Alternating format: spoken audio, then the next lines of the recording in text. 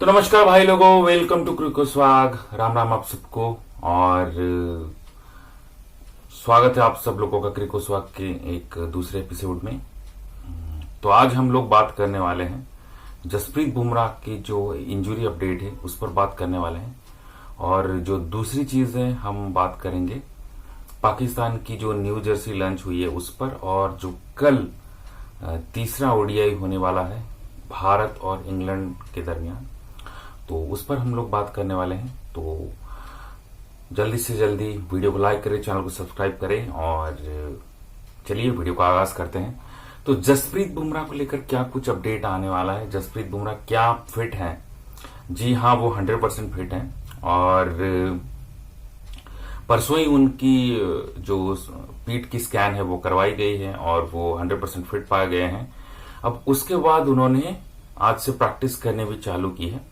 अब वो कितने हफ्ते में फिट होते हैं ये तो वक्ती तौर पर पता चलेगा, लेकिन अब जो अपडेट खुलकर सामने आ रहे हैं कि जसप्रीत बुमराह फिट हैं, लेकिन मैच फिट जिसको बोलते हैं 10 ओवर डालना और 50 ओवर फील्डिंग करना, अगर रेस्ट भी करवाना चाहते तो रेस्ट भी करवा सकते हैं। कोई सब फील्डर हो सकता है, आजकल सब्स्टिट्यूट फील्डर भी होते हैं जो फील्डिंग करने के लिए मैदान के ऊपर आते हैं, ये तो सबको पता ही होगा।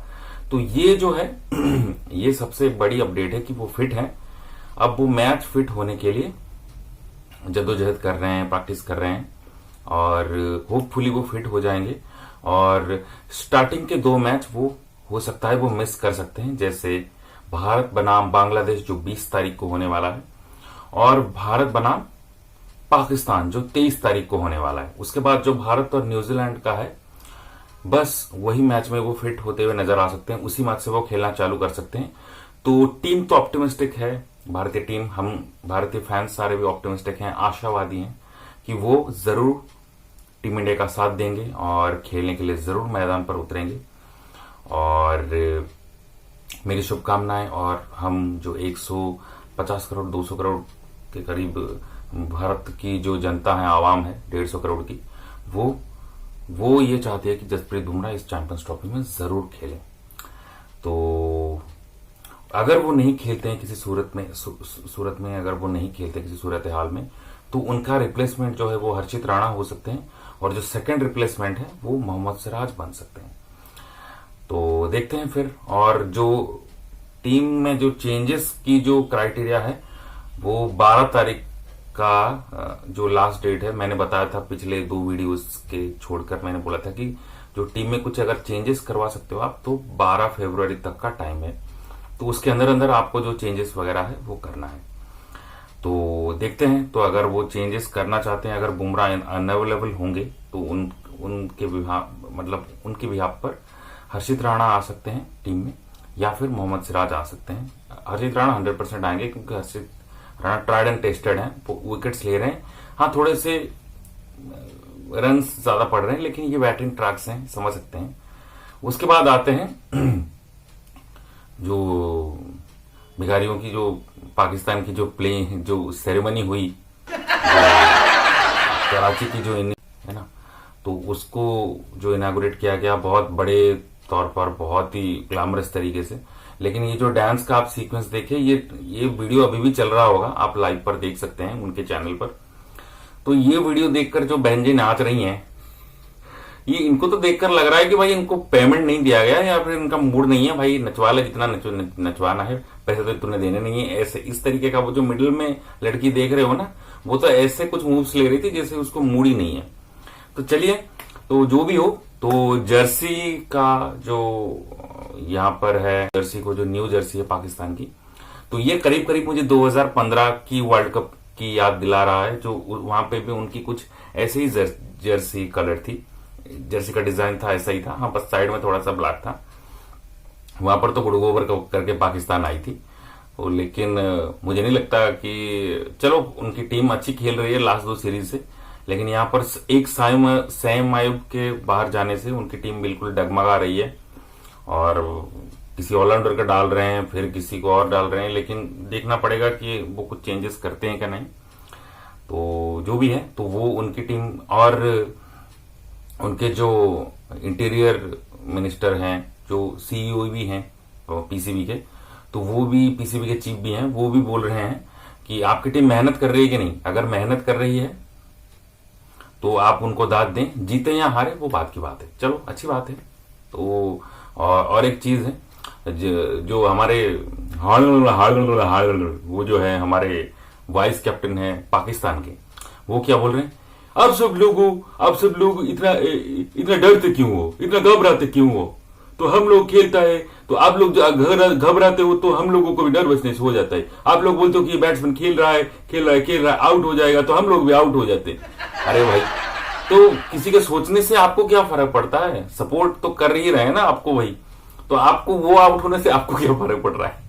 तो ये उन्होंने ऐसा ही कुछ स्टेटमेंट दिया कि आप लोग ऐसा खराब मत सोचो, नहीं तो हम भी खराब खेलेंगे, और हम लोग एकदम मुतमीन है जो भी है, तो वो एकदम कॉन्फिडेंस में लग रहे हैं पाकिस्तान, और बिल्कुल जोश खरोश है। उन्होंने बिल्कुल जैसे बोलते हैं, उन्होंने बिल्कुल ये जो कराची स्टेडियम का उद्घाटन किया और अच्छे तरीके से एकदम लबरेज हैं, एकदम आत्मविश्वास से जो एतमाद होता है, तो उससे वो बिल्कुल ही लबालब हैं एकदम। और देखते हैं उनका परफॉर्मेंस कैसा जाता है चैंपियंस ट्रॉफी में। और आगे चलेंगे, फिर आगे जो कल तीसरा ओडीआई, जो आखिरी ओडीआई है चैंपियंस ट्रॉफी से पहले भारत और इंग्लैंड के बीच में, तो उस पर क्या कुछ है जो अपडेट है ये निकल कर सामने आया है। कल ऋषभ पंत खेल सकते हैं केएल राहुल की जगह पर।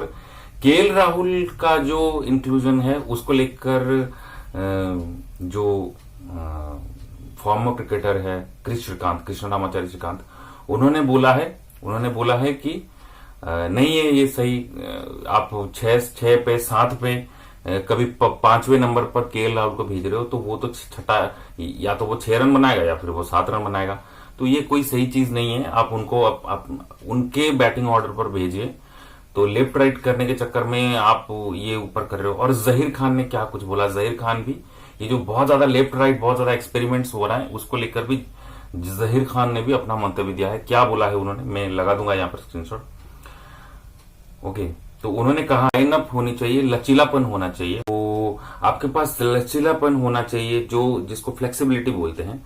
जब नंबर 1 नंबर 2 तो तय रहेंगे, लेकिन अगर आप ऐसा करते हैं तो आपके नियमों के दायरे में रहना होगा। कुछ प्रोटोकॉल हैं जिनको पालन करना होता है, साथ ही कुछ बातचीत होनी चाहिए, है ना, जिससे चीजें बेहतर हो। अगर ऐसा नहीं हुआ तो आप असुरक्षा पैदा कर सकते हैं। वही मैंने भी बोला था कि आपको काम करके दे रहे हैं वो, आप इतना ज्यादा ऊपर नीचे, वाशिंगटन सुंदर को भी ऊपर भेज दिया। अरे भाई क्यों, उसने फिर एक मैच में गोबर किया, 15 बॉल्स में 6 रन किया T20 में, है ना।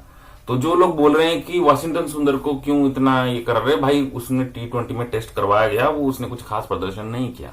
बॉलिंग में कुछ विकेट्स लिए जरूर, लेकिन मेन काम तो बैटिंग का ही है ना, ऑलराउंडर का। तो विकेट्स भी लें, लेकिन विकेट्स एक लेकर अगर आप 15 बॉल पर 6 रन कर रहे हो तो वो कतई एक्सेप्टेबल नहीं है। तो उन्होंने और क्या कुछ बोला, असुरक्षा की भावना पैदा कर सकते हैं और जो आगे चलकर टीम के लिए हित नहीं होगा। जहीर खान ने ये बहुत अच्छा बोला है। कुल मिलाकर जहीर खान ने यही बोला है कि भाई आप इतना ज्यादा एक्सपेरिमेंट्स मत करिए लेफ्ट राइट के चक्कर में। लेफ्ट राइट एक अच्छी चीज है, लेकिन उसको लिमिट में होना चाहिए, तो वो भी सही बात नहीं है। तो यही सवाल मैंने एबी क्रिकेट इन्फो भैया से भी पूछा था, ये मैं शॉर्ट्स में डाल दूंगा।